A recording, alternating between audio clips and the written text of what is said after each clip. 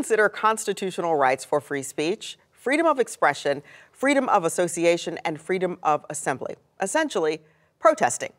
Constitutionally, the government cannot ban or restrict controversial speech. Government officials can require permits or limit loudness or sound amplification.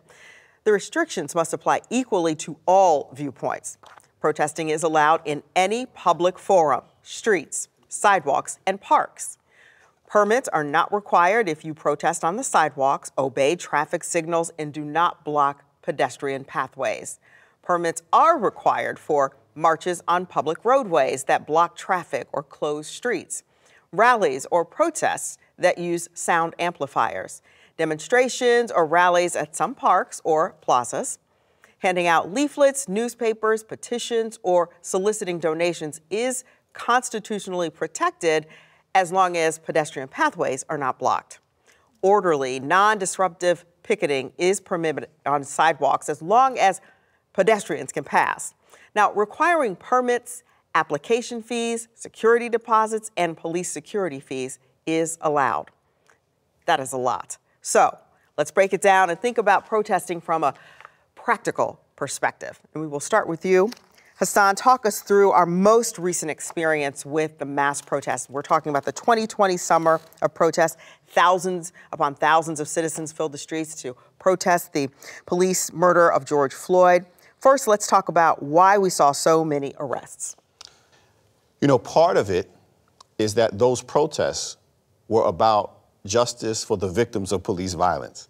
So you have people protesting police being policed by the police. Mm-hmm. Mm-hmm. And so naturally, you know, there is a real tension there because the police in these instances are not separating themselves, right? It shouldn't matter what people are protesting, even if it's the police. They are bound by certain constitutional obligations of what they can and cannot do. And one of the things that we saw that we have to realize isn't going anywhere is the escalation of military control, population control tactics against peaceful demonstrators. And this has been building. I mean, this has been building since the 1960s. People are protesting and the police escalate. It's important for us, I think, to know our rights as protesters. One of the things that makes the United States so unique in world history is the freedom to assemble, the freedom of speech, the freedom to petition, the freedom to protest. When that freedom is infringed upon by the state, then we have a real problem. And that's what we saw, that infringement by the police, limiting what people could say, where they could say it, and how they could say it. So we need to know what our rights are, but police also need to know what they can and cannot do. Now, whether they do it, we got to hold them accountable on the back end, but there has to be some training, too, among police. So I want to follow up, and everybody feel free to jump in on this. And it relates to the topic we've explored, policing, Americans exploring their constitutional right to protest, having law enforcement train tanks and assault weapons on them. How does that impact the desire of citizens to exercise their rights to protest? My kids were in their 20s. We went to, the one in Georgia. So it was their first protest the summer of 2020.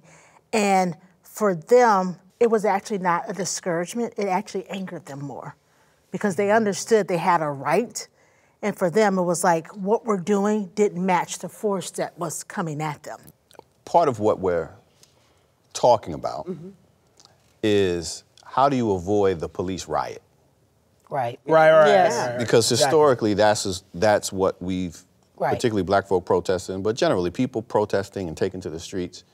You know, we talk about, it was a riot. No, what you actually saw was a police riot. Correct. And we saw that across the country. We actually saw a police riot. So how do you avoid the protest and avoid the police riot in which you become a victim, of police abuse? That's good. There's no guarantee. However, that's the beginning of accountability. You know, you go into these protests and you have to be prepared, right, for the possibility, if not the eventuality, of police harm. But if you understand where you stood and you understand what your rights are, then that accountability down the road can perhaps come. Is it safe to participate in large public demonstrations? Do you think of that? You're saying no. But that's not the point. Is it safe? Of course not.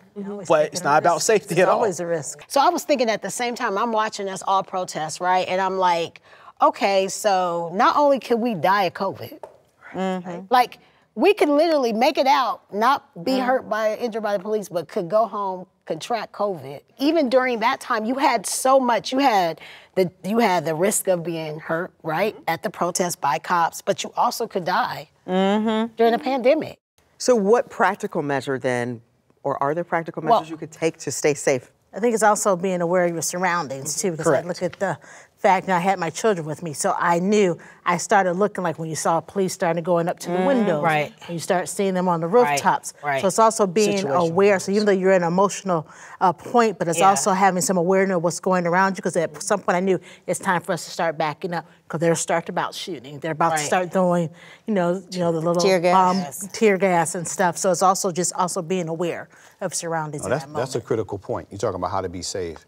The situational awareness of when is this protest about to become a police riot. When is it Absolutely. change? And what you described, when you see them funneling and channeling you into particular areas, and you start hearing the announcements and this, that, and the other, it's like, okay, they're about to, it's changing. It's changing, right? You know and it, I'm losing my rights every minute, and now this That's is no longer what I showed up for. That's true. So Lori, what would you say to young people about protesting? I would say that you should protest. I mean, there should not be different levels of rights for different people, right? But I think you also should be informed and knowledgeable from the best of activists, right? To know those signs, so that if you're out there, to know to put people of privilege in front, right? To know about speaking to journalists when you're there, to know about recording. One of my former students is a international activist, and he got started with the ACLU as a high school student, Jonathan Likes, and he was part of the organizer that was on the ground in Ferguson, and then in 2020 was everywhere. And I used to watch his live feeds, de-escalating actually officers, being on a bullhorn, telling protesters collectively what to do next, when they were sitting down, when they were standing